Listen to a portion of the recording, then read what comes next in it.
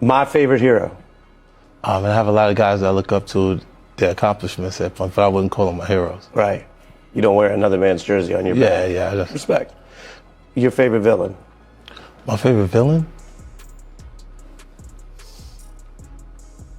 I kind of like Diddy. Locked inside a federal prison, Diddy is watching the world dissect his decades-long legacy, and his longtime rival, 50 Cent, is leading the charge. As the documentary explodes across screens and goes viral on social media with mixed reactions, Diddy breaks his silence, sending warnings from behind the prison walls. What unfolds next is a clash of narratives that the music industry has not seen in decades. Diddy's cryptic message to 50 Cent. It took less than 48 hours after the release of the documentary before Diddy began to crash out. Diddy sent 50 Cent an unexpected message.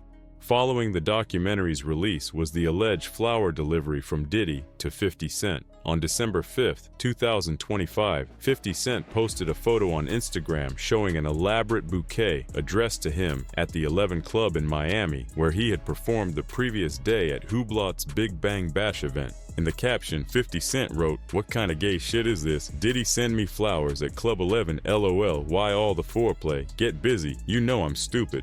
The post, combining humor and 50 Cent's gangster status, left fans questioning Diddy's intent behind sending flowers to 50 Cent. While some fans called it a prank, others think it was Diddy's way of threatening 50 Cent, as it just seemed like something Diddy would do. 50 Cent followed up in the comments section of his post, where he said, "A warning? I'm 90s grimy. You don't warn me, LOL." Immediately, 50 Cent's post about the flowers went viral, and people commented on Diddy threatening his life. Diddy's team immediately released a statement claiming that the flowers were not from him. A spokesperson told Complex, "Perhaps someone played a joke in poor taste. Diddy may have thought his move would make a statement, but for a man like 50 Cent who lived after getting shot 9 times, Diddy's warning meant nothing." Diddy himself remains incarcerated at Fort Dix with little to no comment on the documentary, and even the flowers 50 Cent received, which further complicates the narrative and leaves fans to speculate about the true source of the flowers. 50 Cent's reaction to Diddy's documentary.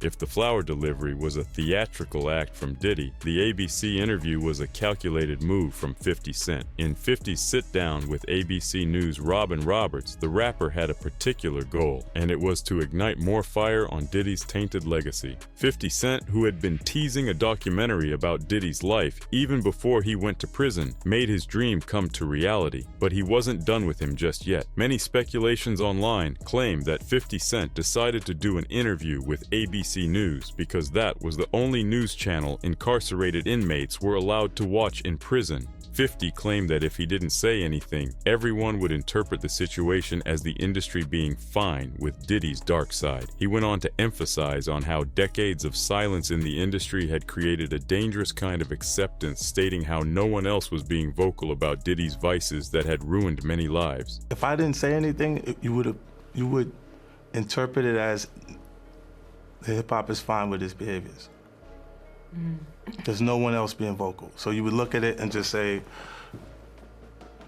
because that mind your business, or let me not say nothing about nothing, or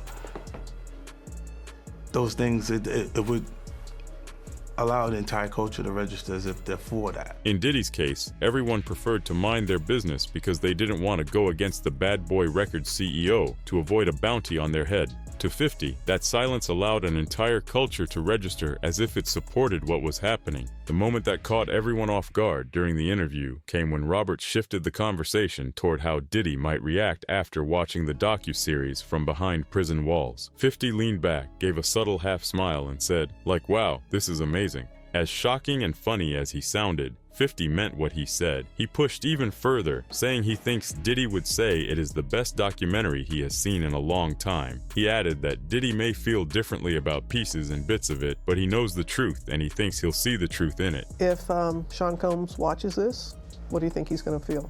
Like, wow, this is amazing. I think he's going to say this is the best documentary I've seen in a long time.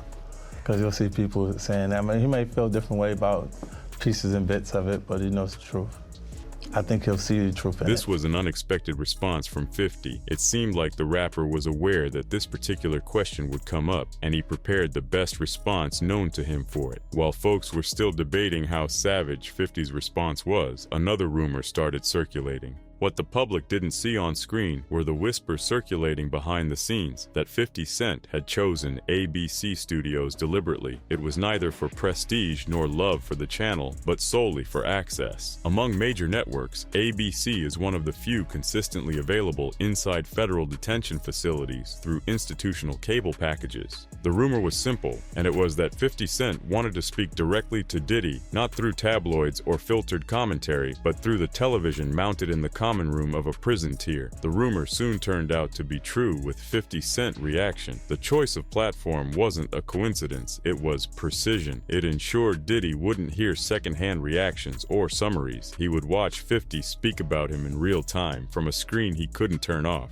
The interview itself walked a careful line between steady explanation and pointed indictment. 50 spoke with gravity about the victims' accounts, about the executives who stayed silent for decades, and about the cultural habits that once protected men like Diddy in the industry. Two people in love, and Juror 160 saying in part, domestic violence wasn't one of the charges. Cassie, is she a victim in all this? I believe Cassie's a victim in all this because she came in as such, she's like 18, like 19 years old. 50 Cent insisted that no amount of money or power should shield a man from accountability, and while his tone remained controlled, every sentence sounded drafted with an audience of one in mind, as if each word was spoken knowing that Diddy himself would eventually hear it, word for word, from the confines of a federal cell. Diddy's legal team reaction. In the days following the documentary's release, Diddy's legal team moved quickly to control the fallout. Diddy's representative issued a public statement condemning the project as nothing more than a shameful hit piece. Using stolen footage that was never authorized for release as part of what they call a shameful hit piece. According to Diddy's team, the never-before-seen footage that was the highlight of the documentary wasn't some lost archive, it was stolen property. The statement accused Netflix and its CEO, Ted Sarandos, of knowingly using unauthorized material in the documentary, arguing that Diddy had been filming every day of his life since he was 19 years old, with the intention of telling his own story on his own terms. Diddy's team argued that seeing that footage appear in a series produced without his permission wasn't just unfair, it was illegal. However, the blow landed hardest when they pointed directly at the executive producer, 50 Cent. Diddy's representative framed the decision to give 50 Cent creative control as an intentional provocation, calling him a longtime public adversary with a personal vendetta. For Netflix to hand his story to someone who has publicly attacked him for decades, the statement continued, it feels to Mr. Combs like an unnecessary and deeply personal affront. About Sean Diddy Combs is making headlines for its never-before-seen footage of the music mogul in the days before his arrest. Now, Combs is threatening legal action against the streamer for airing the unauthorized footage. Behind the series is Combs' longtime rap rival 50 Cent and director Alexandria Stapleton. Diddy and his team soon got a response as the documentary's production team boldly fired back at their statements. The documentary director, Alexandria Stapleton, confidently rejected the theft allegations, insisting that the footage was obtained legally and that the rights to use it were secure. The response included how the team had gone to extra lengths to protect the identity of the videographer who supplied the material. The director claimed that there were several clips of Diddy in different hands. In her words, this is a man who films himself doing everything. Films himself doing everything. And has for decades. I think he wanted someone to be behind the According to the Alexandria, decades of self-documentation meant the footage existed in many hands. Not all of them are under Diddy's direct control. To top it off, the director said they tried to get Diddy's team on board with producing the documentary. Apparently, even after repeatedly reaching out to his legal team and offering opportunities for interviews, statements, or a rebuttal, they were met with silence each time. Celebrities' reactions to Diddy's documentary.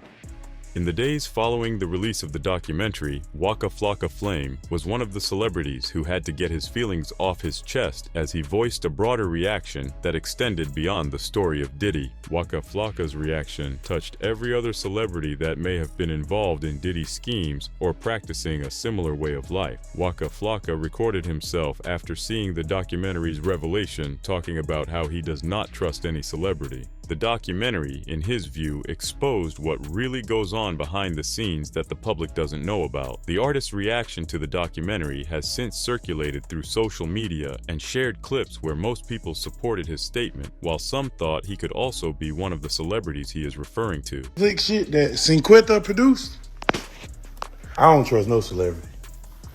Thank you, God. I never went to nobody party. That's why I never do no feature. I don't go to studios. Thank you. I'm not even hot no more. Nobody even requesting me. All that shit, bro. I'm Cinquetta. You showed me something, man. Hey.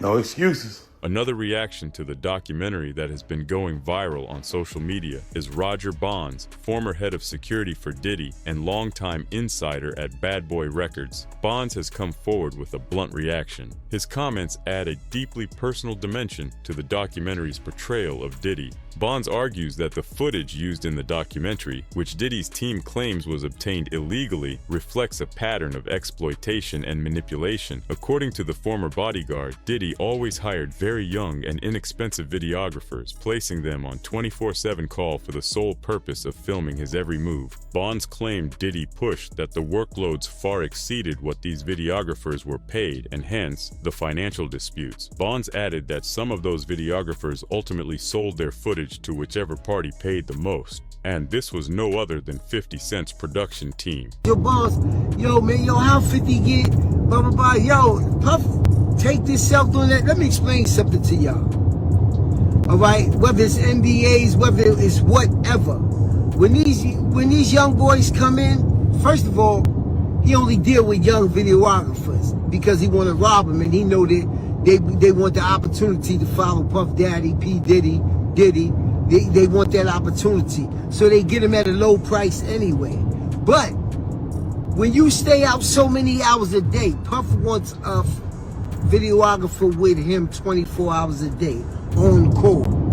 Whether we on a yacht, whether we on a ship, wherever we at. He wants. Bonds, who was recording himself in a parked vehicle, also mentioned the moral and personal aspect of Diddy's life. He explained how he witnessed disturbing, repeated episodes of domestic violence involving Diddy and the people around him. In prior interviews referenced in the documentary's context, he claimed to have seen Diddy become physically aggressive with former partners, including Kim Porter and Cassie Ventura. Bonds also brought up the time Diddy had tendered an apology after a 2016 assault video surfaced, revealing him attacking Cassie. Bonds said the apology was shallow because Diddy never mentioned Cassie's name. Bonds believes the apology was calculated, as he claimed Diddy said what people wanted to hear, not what needed to be said. Bonds had a lot to get off his chest as he picked on every aspect of the documentary he could remember and referenced it to the real-life events he had witnessed working with Diddy. Bonds, coming out of his shell to corroborate the events in 50 Cent's documentary, was like icing on the cake, leading to a response from the rapper. 50 Cent made a tweet on X saying, "Bonds keeping it real, now you know how it go. If you pay your people, this don't happen." Bidder. And 50 had to be the highest bidder to get there. Yo, this is business. The internet hasn't stopped buzzing with different reactions since the release of the documentary, and it doesn't seem like that will be coming to an end anytime soon. However, no matter how the public interprets the disgraced business mogul's actions, Diddy's alleged voice from behind bars transforms the story into more than a simple rivalry. It's now a confrontation over perception, legacy, and influence in a world where fame can be both a weapon and a shield. And as both sides escalate, one thing is certain: this reckoning is far from over. Do you think Diddy's reaction could go from sending colorful flowers to violent executions? Let us know in the comments section. Don't forget to give this video a thumbs up, hit that subscribe button, and tog on that notification bell.